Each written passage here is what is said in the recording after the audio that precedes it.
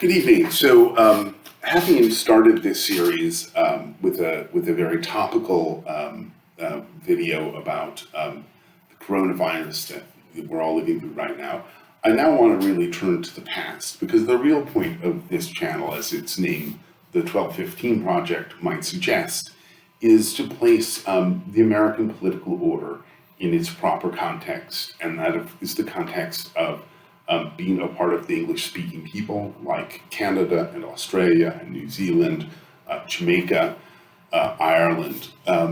All these countries have a history that in common that their political institutions are descended or are evolutionarily related to that of England. And so that's what I'm hoping to do with this channel. We will eventually go through the Constitution, probably clause by clause, certainly section by section at least, and say, what is the history of this? Why does this read the way it does? But to do that, I think it's important to have the larger context, the historical context. And so tonight we're going to go and look at that context, and not just with the Great Charter of Liberties in 1215, but even sort of looking back before that a little bit to the history of England. So, whenever you start looking at history, you have to choose some point at which you are going to stop your inquiry. And in this case, in the case of the history of England, I think it's easiest just really to sort of start with the Roman conquest of England, which I'm certainly not going to discuss in any real detail. That, of course, happened in 43 AD. And, the Roman contribution to English culture and society, though it's indirect in many ways, and comes through more than one vein, not only the fact of the Roman conquest of England and subsequent several centuries of governance, but also through the Roman Church. So, it is important, and the thing I think that comes especially from that is sort of the idea of the rule of law. That the law is supreme, and certainly that was true through the Roman Republican period. Obviously, that started to break down under the imperial system, but it was still an idea that remained, and that was transmitted in many ways into the early Christian church. So obviously, the empire fell. And the sub-Roman period in England, we don't know large amounts about, but I'm not sure I really have much to say about it. But what eventually happened was the so-called Anglo-Saxon conquest. It is not at all clear any longer how substantial a group of people came over to England during that conquest, but it certainly had huge effects on Britain. After the Anglo-Saxon invasion, England would not be united again for several hundred years. But the contribution, I think, of the Anglo-Saxons to the British political order is sort of the background sort of democratic ideas that Tacitus described in his famous description of the Germans, that they, while the chiefs did rule on major and important questions, the majority of the community was in fact consulted. The majority of the community is probably going too far. The warriors, anyway, were consulted, and the priests. So that, you have this fusion of sort of an idea of the rule of law with an early, crude idea of democracy. But of course, when a group of people conquers a much larger group of people and sets itself up as the ruling class, the society is naturally going to become more aristocratic than it had been, and that is undoubtedly what did happen with the Anglo-Saxon conquest of England. In addition to the the political disunity of England that arose from the Anglo-Saxon invasion and later the invasion by the Danes. The other effect was a temporary suppression of Christianity in England, because the Anglo-Saxons were pagans. But the efforts of missionaries, Irish missionaries led by St. Aidan in the north, and Roman missionaries led by St. Augustine of Canterbury in the south, eventually resulted in the reconversion of England. So that, was just a blip. But what was important was, during sort of this period, was the reunification of Britain that did finally occur, most notably during the reign of Alfred the Great. And by 880, he had united all of the parts of England outside the Danelaw. So all of the parts of England that were not ruled by the Danes were, by 880, ruled by Alfred the Great. And Alfred the Great is an interesting figure because, of course, much of what we know about him is myth, right? I mean, the legend of the cakes, if you don't know it, he had been defeated by the Danes and had escaped from the battlefield and is wandering around, thinking, what the hell is going to happen to me? And he sort of stumbles across this cottage, supposedly, where there's this lady who's, like just a farming lady who's making dough and doing her chores, and he asks if he can come and sit by the fire and rest. And she said, well, I don't like the looks of you, but okay, but I've got these cakes of bread that I've got by the fire. Keep your eyes on them and make sure they don't burn. And he falls into deep rumination about his misfortune, and before he knows it, the cakes are scorched and the hut is full of smoke, and the lady of the house comes in screaming, what have you done, you bum? You've let my cakes all burn. And what's interesting about this story is that it's not told that, as you might expect, he, pulls out his seax and lays into her, but rather that he says, I'm sorry. And if I recall the legend correctly, I think he eventually makes monetary restitution or something. But he's perhaps more important because of his reform of the legal code as it then stood, and perhaps more importantly, the fact that he was deeply interested in education. He taught himself Latin as an adult, and as someone who was not a great Latin scholar in high school, I can't imagine what it would be like to try and learn it as an adult. And he translated several works from Latin into English, not into English, back into Anglo-Saxon, probably Old English. So he was a great figure who stood for the law, for learning, and for an ideal of kingship as something more than just I've got the power, so you're going to do what I say. Though I'm sure he did not take kindly to challenges to his authority either. As interesting as the reign of Alfred is, and sort of his status as the myth hero, King of Britain, the more important point, I think, is that the government that he established over the reign of his descendants, and that continued during the reigns of his descendants, was one where of real local government in the Shire and 100 courts, with a system of laws, not necessarily based on strict equality. Like if you look at the Blutgeld, the blood price for killing someone, was not equal at all. A free person had X price, and a noble had a price that was 10X if you killed them. So it was not necessarily a system of real legal equality, but it was a system that still had an idea of the rule of law, that the law was what it was, even if it wasn't entirely equal. It was a standing thing that people knew what it was. It was not like the your blood price was X this day, and the king got angry at you, and it was half X the next day. It was a fixed price that depended on your position in society. So that's a real idea of the rule of law, even though it's not one that we, I think, would aspire to today.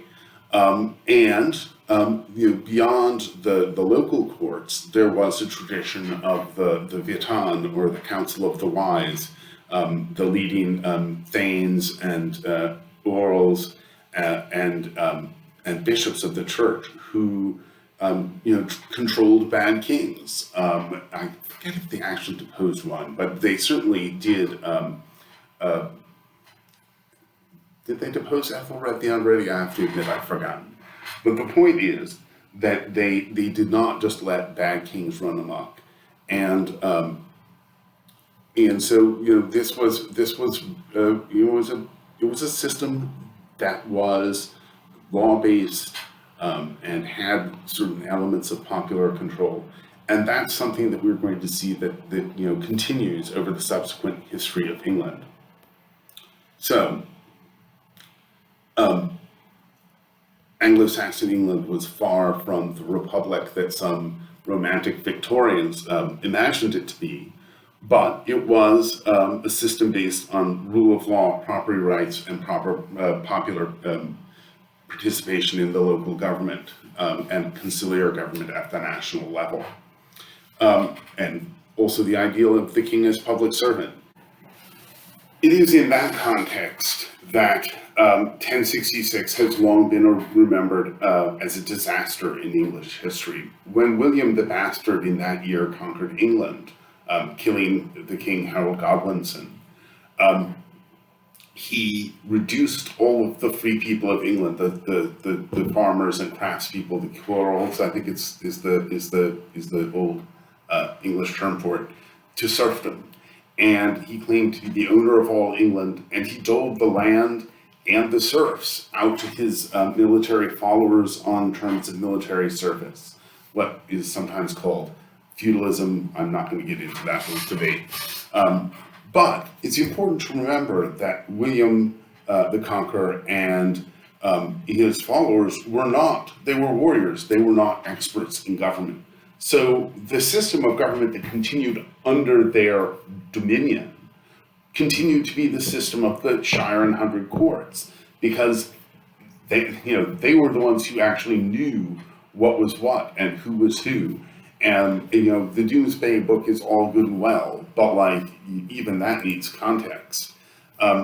So the underlying basic system of Anglo-Saxon government continued even under the new ruling class.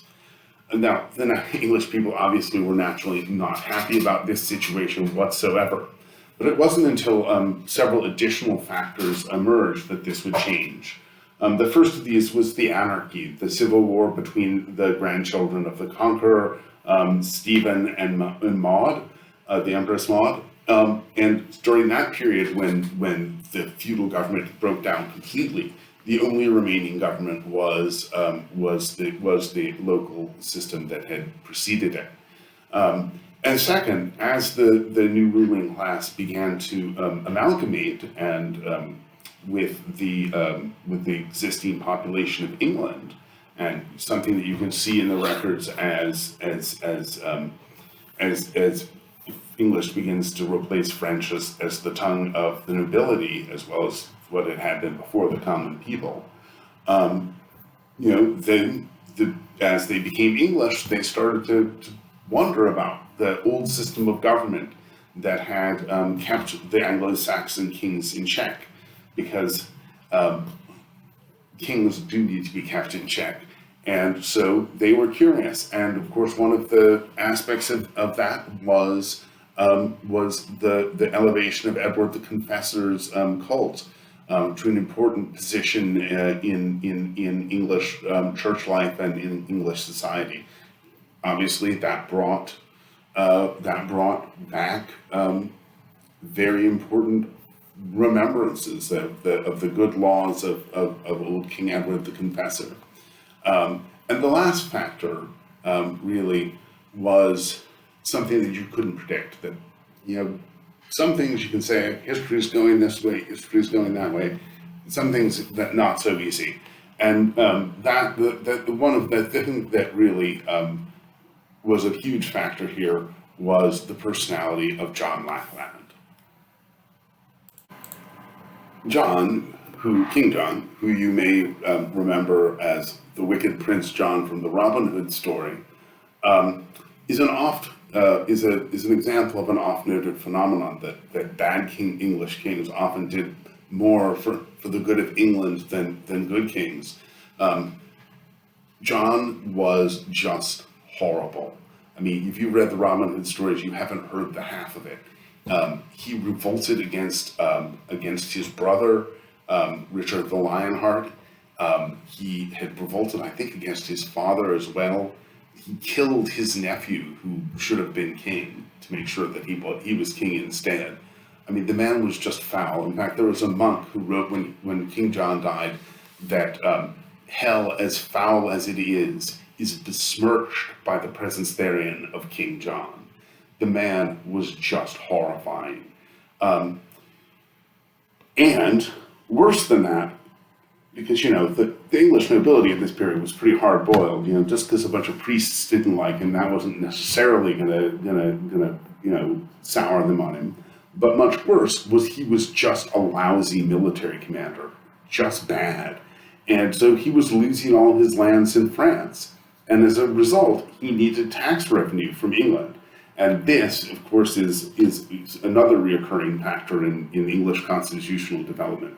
Kings who lose wars, or even if they're winning them, who need money to fight their wars, so this becomes a problem for them. So John, wanting to reclaim the lands that he had lost in France, had to resort to oppressive measures to raise the additional revenue. And this eventually led to a revolt by the barons. And even worse for John, he had managed to get into a fight with the church over the appointment of the Archbishop of Canterbury, which he had lost. But the new Archbishop of Canterbury, therefore, was no friend of his. And so when the barons revolted, they ended up under the leadership of the Archbishop of Canterbury, Stephen Langston.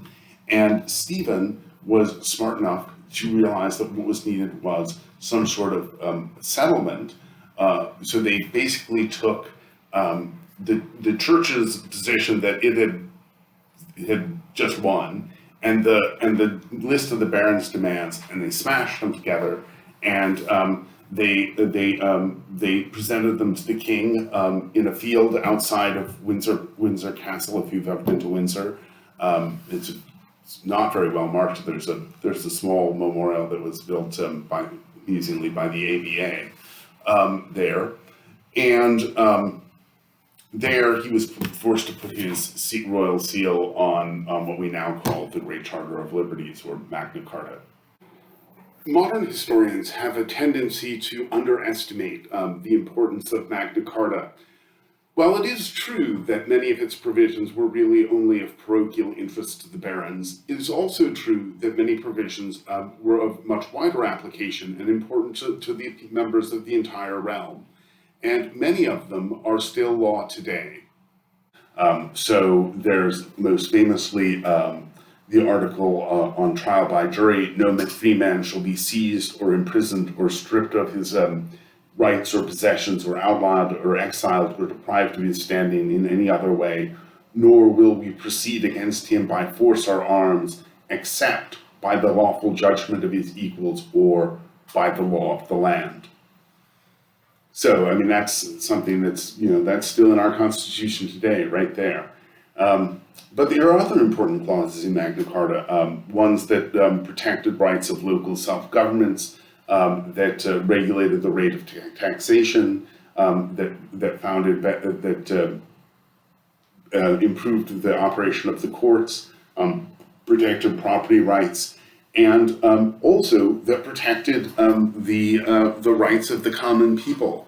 One of the prerogatives of nobles was special taxes on various events for their tenants, and while that was not stopped by Magna Carta, it was regulated.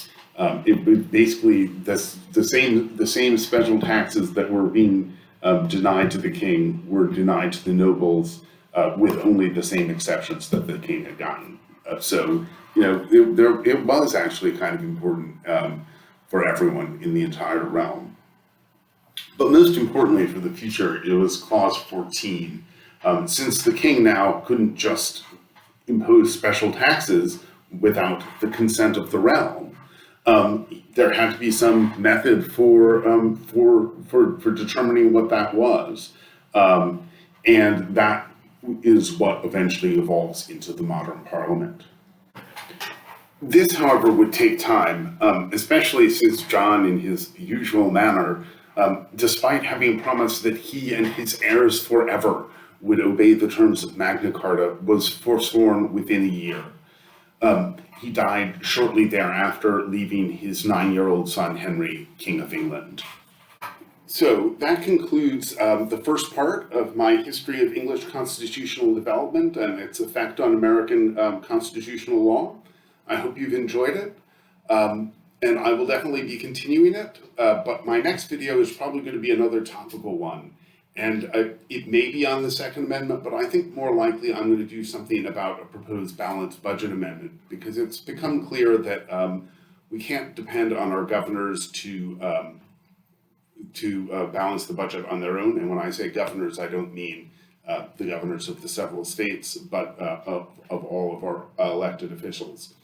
So I think I'm going to do that next. Anyway, I hope you enjoyed my video this afternoon, and have a very nice rest of your day, and stay well.